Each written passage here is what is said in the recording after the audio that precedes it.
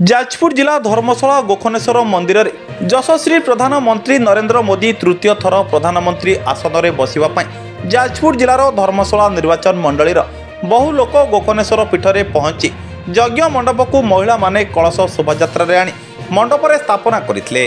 भाजपा नेता हिमांशु शेखर साहू नेतृत्व में एक महायज्ञर आयोजन कर महिला माने कलश यात्रा करने सहित हजार हजार संख्यार भाजपा कर्मी माने एही महायज्ञ में सामिल होते।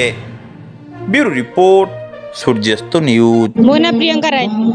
माननीय प्रधानमंत्री यशस्वी नरेंद्र मोदी आउ थे प्रधानमंत्री पद आमे आज हिमांशु शेखर साहू तत्वावधान आम रुद्रा महायज्ञ आरंभ कर 108 कलश बुड़े स्त्री लोक आम पिला माने सबू मोदी को सपोर्ट करने आम आज आम गोखनेश्वर मंदिर परिसर में 108 कलश बुड़ाई भगवान को प्रार्थना कर।